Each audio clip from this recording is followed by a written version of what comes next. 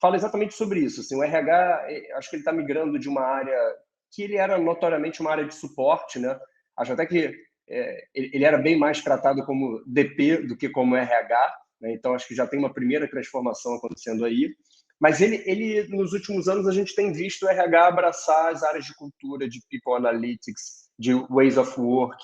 Então, especialmente, acho que no mundo pós-pandêmico, né, com trabalho remoto e hoje com trabalho, seja híbrido, distribuído ou presencial, o RH ele foi ganhando cada vez mais relevância, né?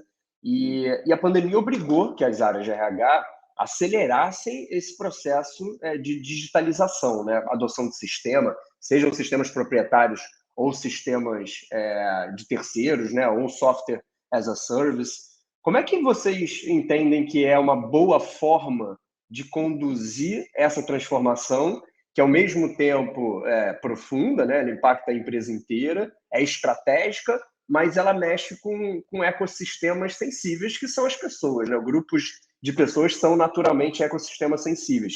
Então, como é que equilibra assim, profundidade, digitalização de forma acelerada e a sensibilidade desses ecossistemas? Boa. Eu acho que a gente tem que pontuar algumas questões importantes nesse processo, né?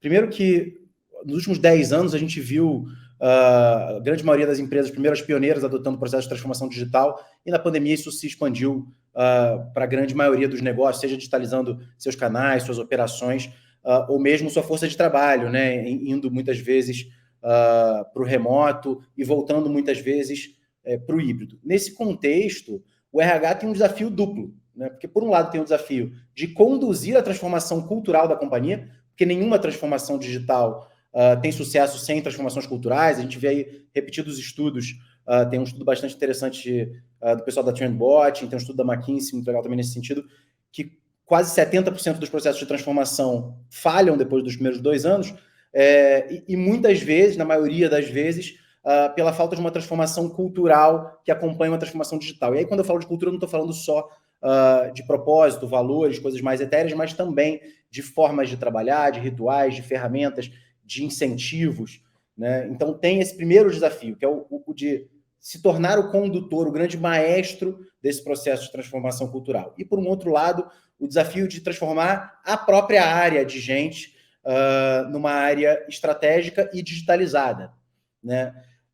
E aí a gente vai falar aqui, acho que com muito mais profundidade sobre a questão da digitalização dela em si, mas eu queria, então, nessa sua primeira pergunta, destacar o que você perguntou sobre o processo. Eu acho que o melhor processo é um processo onde a gente cria pequenos testes, né, muitos testes pequenos, aplica a metodologia Lean aí para criar pequenos grupos de teste, pegar as métricas desses testes e rolloutar para a área toda e para o restante da companhia na sequência as formas de trabalhar, rituais, ferramentas que geram mais resultado naquele perfil.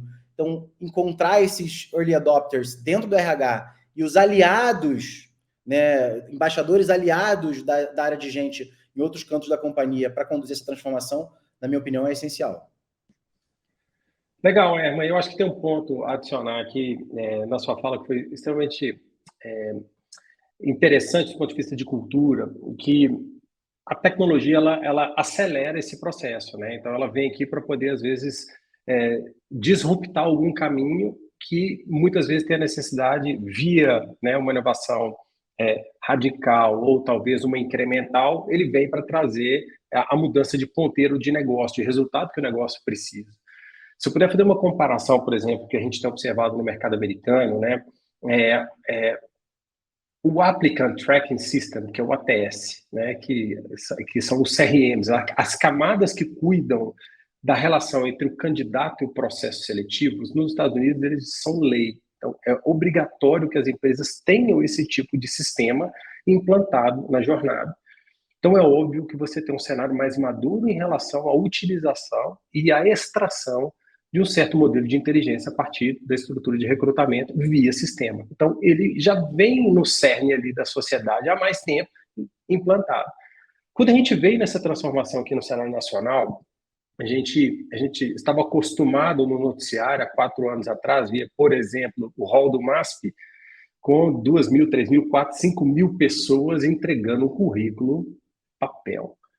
E a pandemia, ela fez o quê? Ela acelerou um ciclo que agora é necessário que haja, dado o advento da tecnologia, que os currículos passam a ser digitais, né? Então, pegando mais um exemplo, né? Hoje a gente tem mais celulares do que a própria população do país. Então, quer dizer o seguinte, que a sociedade está passando por uma inclusão e o RH passou, de certa maneira, não de uma maneira amigável, mas um pouco mais forçada, nesse trajeto da pandemia.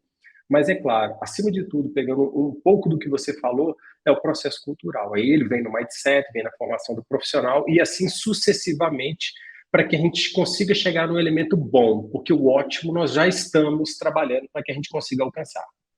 Perfeito.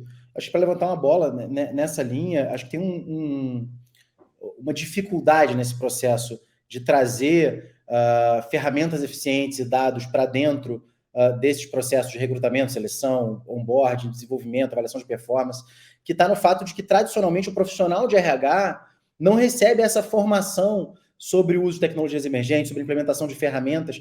São disciplinas que muitas vezes não fazem parte da formação desses profissionais, nem acadêmica e nem nos programas de desenvolvimento tradicionais do próprio RH dentro das empresas. Então, acho que tem um gap de skill que, às vezes, impede até quem está à frente da área de RH, os diretores, os executivos de RH e de gente, de se posicionar dessa forma estratégica na transformação, que é algo absolutamente essencial para que isso ocorra da melhor forma possível, o mais rápido possível. Sem dúvida. E eu acho assim que nós não podemos esquecer que é o seguinte, existe uma segmentação, né? O profissional de recursos humanos, ele vem, de certa maneira, de uma cadeira de humanas, né? Então, tem uma diferença de exatas. E fazer essa junção, não é uma junção simples, onde a gente consiga trazer uma lógica de análise que seja empregada, que seja utilizada de forma extremamente robusta. Nós estamos exatamente nesse processo de transformação. É por isso que empresas como a nossa gastam bastante tempo e recursos na educação desse público. De certa maneira, trazer um pouco do universo de exatas, universo de ciências, para complementar, né, esse conhecimento que a gente tem para sustentar essas decisões baseados no contexto da parte humana, né?